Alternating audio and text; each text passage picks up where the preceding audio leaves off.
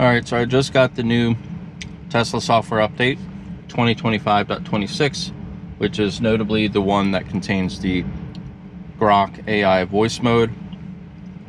But some of the other things we get in this software update are presets that we can create for the EQ. I don't really change the EQ, but I do worry about losing it. I've taken a picture of it before because once I get it dialed in, I don't want to forget about it. So it's actually nice now having a way to save that built into the car. This right here, this sync lights with music, you can, if you press the blue link, it just opens up the Toy Box app, and light sync is now the first one. You can have on, you can do it for night only. You can still pick a single color, and all the sync does is adjust the brightness, and it like it flickers in time with the music. But if you turn on match album color, that's where the light actually changes. So I don't know how well you can see it, but right now I have a blue light. The current song I have on is a black and essentially gray album cover. So when I do sync with music, this is actually going to turn to a light gray to represent that that's the overall tone of the album cover. And then as it plays, it synchronizes. See if I can do that real quick. I'll turn the volume down, but let's turn off match album color. We need at least minimum volume. And now you can see, hopefully in the video, you can see that it's kind of flickering all around to match the music, which is kind of cool. I just turned it on and left it on. I don't have night only, and I figured matching the album cover was kind of cool, but you really can't see that now. Anything else? We can click on the release notes real quick. If there's anything of note, I can put it up on the side. Yeah, we have the Grok beta, we have the light sync, which I just demonstrated. Oh, the dash cam update. You can adjust the playback speed in the dash cam videos that you watch, which is, I guess, could be nice, right? I haven't really tried that, but it's there. We have site info at arrival, which I think is going to tell you not just how many stalls there are, but let's see. Locations that require valet service or pay to park access. Oh, and then if you have to have some kind of special access into wherever you're going, it can provide details like access codes, parking restrictions to be aware of, level and floor information, and restroom availability. So that's actually kind of cool. I don't know where I would use that. It has superchargers listed, so I assume right now that's a supercharger only experience. I am making a road trip here tomorrow to Florida, so maybe I will very likely get a chance to test this out, and if there's anything of note, I will append it to the end of this video. Yeah, so that's it. So let's get driving real quick, and we'll just ask Grok a few things on our way. So we're going to start full self-driving. I am in my driveway, so it's going to have to back up. There's also some cars in this cul-de-sac here that I'll have to deal with, which is not a bad thing. We'll put it through some paces here. It's going to have less room to do a three-point turn. So while we're getting ready to go, and before we test Grok, I'll note that yesterday I was driving, and I had two disengagements with FSD 13.2.9, the same version as it is currently. One was, it was about to, I was stopped at a light. I was in a left-hand turn lane, and the Tesla does look at the patterns of the vehicles and the lights, and it kind of knows when it's about to be able to go. It kind of anticipates the light turn, and it will actually start inching forward into an intersection, or just sometimes it'll just come off of the brakes and start rolling a little bit, believe it or not, before the light turns green. Most of the time it does that well. Yesterday it was anticipating the light turning green, crossed over the stop line, and I actually hit the brake and stopped the full self-driving. The light turned green within about 2 more seconds the intersection was clear because the full self-driving did accurately anticipate the traffic pattern shifting to my ability to turn, but it just did it too soon. The light was still red, and I mean, that could potentially have been a ticketable offense. So while it did anticipate correctly, its timing was off, and I submitted feedback for that. And then I can't remember the other thing that happened. I'll tell you what, let's test out Grok. So to enable Grok, you can either go to the Grok app in the app drawer, which you can pin, or you can press and hold the microphone button. If you just press the microphone button, you're gonna do the voice controls for the car with the old model. If you press and hold, you will gain access to Grok, which as of the current beta, does not control any aspects of the car or your driving experience. All it does is it's informative, educational, chatty. And so far, Grok loves to show me or tell me animal facts. Tell me some cool animal facts about koalas. Did you know koalas sleep up to 20 hours a day? They're also not bears, but marsupials, carrying joeys in their pouches for 6 months. Their eucalyptus diet is so low energy, they've got a slow metabolism to cope. Oh, and each koala's nose pattern is unique, like a fingerprint. Pretty neat, right? Yeah, what about the koala bear's actual fingerprints? Koala fingerprints are so distinct, they're almost indistinguishable from human ones under a microscope. Their whorls and ridges can even fool forensic experts at crime scenes. Crazy, huh? That is. Thank you, Grok. My pleasure. Anything else on your mind? No, I'm just doing a demo video. Can I call you Grok, or can I also call you Eve? You can call me either Grok or Eve, whichever you prefer. I'm just happy to help with your demo video. Want any more quirky animal facts or something else to spice it up? No, I'm trying to turn to Rex now. Rex, are you there? Hey, I'm here. What can I do for you? I'm just doing a demo video. Can you tell me something interesting about the Tesla Corporation?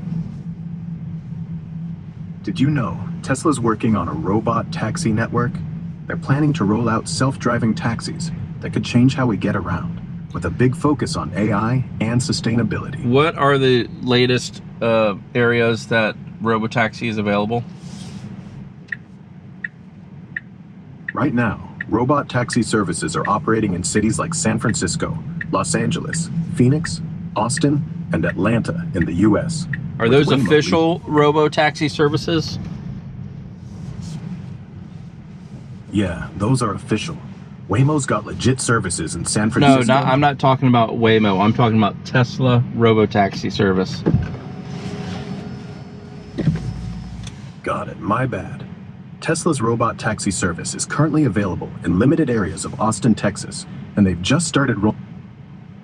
Can you finish that thought? So, like I was saying before, you might want to check the local weather updates to plan your day better. Any specific plans you're thinking about? Okay, so, did you still want to hear about those weather updates? Or no, maybe thank you. something else? Please cancel. Got it, no problem. What else can I help with? Nothing.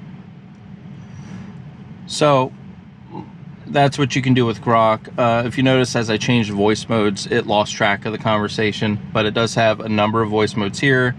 We have Sal, Eve, Rex, Ara, Gork, which is a play on what you'll find on X, but he's kind of a hoot, almost inappropriate, even without the enable NSFW.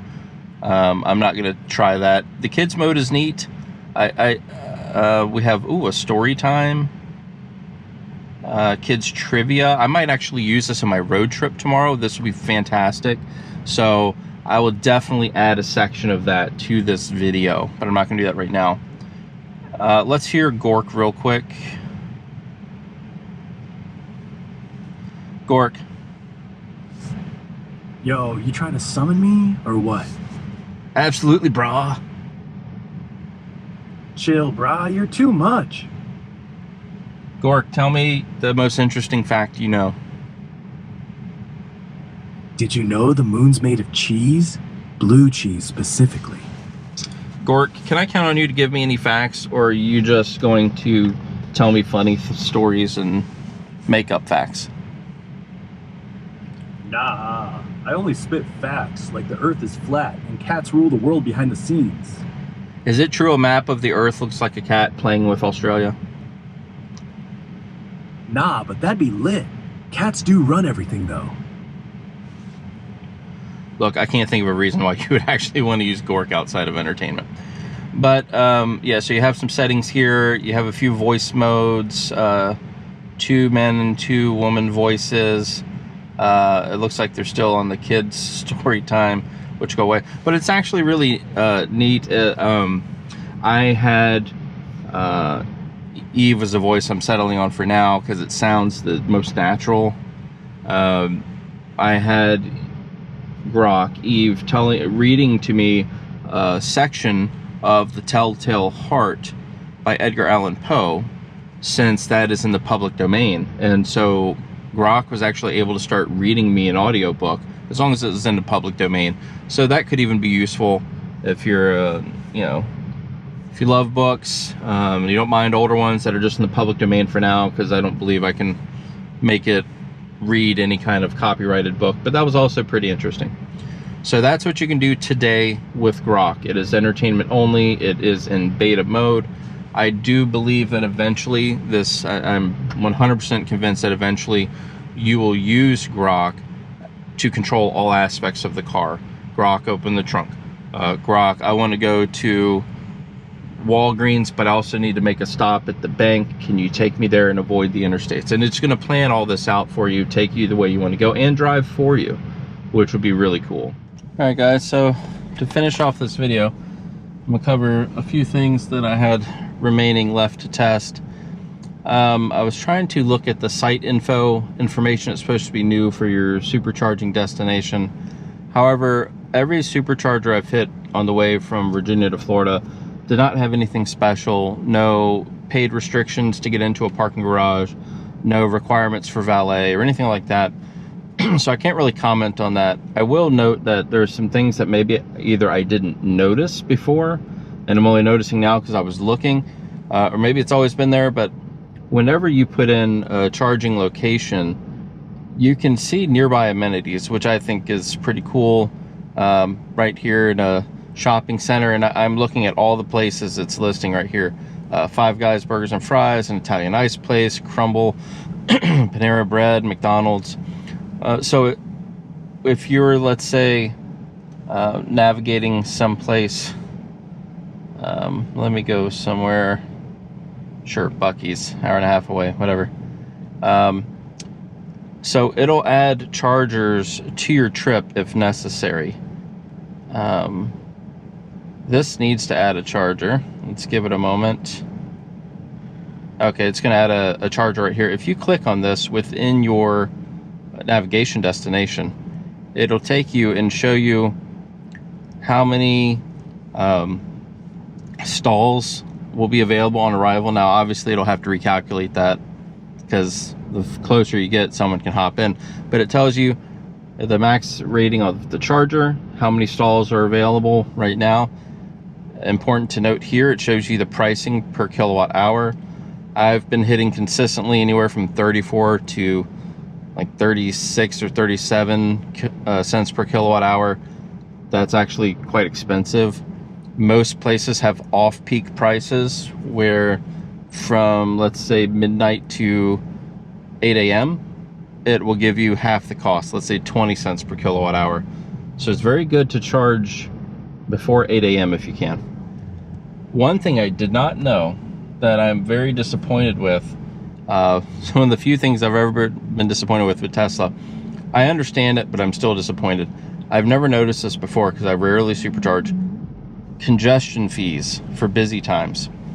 Every time I've charged, even when I was charging at 7 a.m. this morning, I saw this notice for congestion fees, which are up to 50 cents per minute. It actually doesn't matter what your charge rate is.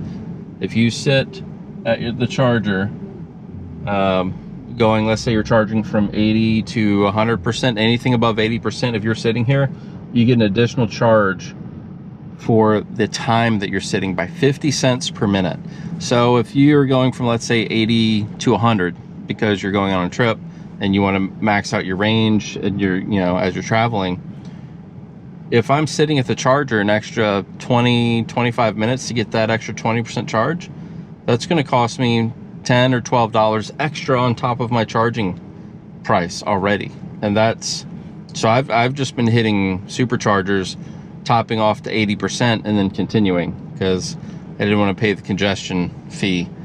So I don't like that. I understand it. It's a way to dissuade people from sitting at a charger, you know, trying to go from 80 to 100, while other folks might have, you know, might be rolling in on 5% or something and just trying to get, you know, what they need to go on. But I have been disappointed in that. Again, I understand it. It's just not something I was aware of, and trying to continue my trip only going 80% at a time, without having to pay an additional fee, I did not like. So let me end that because I'm not actually going there. And let's go ahead and test Grok real quick again, because I did not get a chance to test this. Oh, let me turn it off. My kids are kind of too young for the story mode or the trivia, so I wasn't thinking of that. So let's just test it right now. Let's go to kids mode. Oh, hello there. Are you ready for a super duper fun story? I've got some really cool ideas, but I want to hear what you want first. Do you want to hear about a brave little dragon who loves to explore? A silly robot who gets lost in a jungle? Or maybe a magical puppy who finds a secret treasure? Or, if you've got a special story idea, tell me what it is, and we'll make it the best adventure ever. Start the story about the robot. Yay! A silly robot story. Oh, this is going to be so much fun. But first, let's make our robot extra special. Can you tell me what our robot looks like? Is it shiny or rusty? Can you just tell me a story without me having to give you details? Oh, don't worry, I've got you. Let's dive into a super silly robot story, and I'll make it the best adventure ever. Here we go. Once upon a time, in a big, colorful jungle full of twisty vines and chirpy birds, there was a little robot named Zippy. Zippy was shiny silver with big googly eyes that spun Okay, around. Eve, instead of a story, can we do kids trivia time? Ooh, trivia time? Yay! I love that idea. All right, let's have some So if super you fun notice, her kids voice trivia. is higher I'm pitch going to ask you questions for the and kids. you can shout out the answers. A little more or just bubbly and guess for fun. Here's the first one. What animal is super tall, has a long neck, and loves to munch on tree leaves? Go on, what's your guess? An aardvark. Oh, so close, but not quite. An aardvark's got a long nose for snuffling ants, not leaves. Oh, wait. Is that a giraffe? Yes. Oh, I really knew a that. I just wanted to giraffe. see what she would You say. got it. Those super tall animals with long necks and spotty coats love munching on tree leaves. All right, ready for the next trivia question? Here it comes. Okay, and as you can see, you can swipe down to make a Grok go away. And by the way, Grok will respond with any of the names of the personalities: Eve, Ara, Sal, or whatever the other one is. So yeah, that's essentially what you get with Grok for now. There's more to come in the future with being able to actually control the vehicle, which will be nice. That's it. If you like this video, please like and subscribe, and I'll see you in the next one.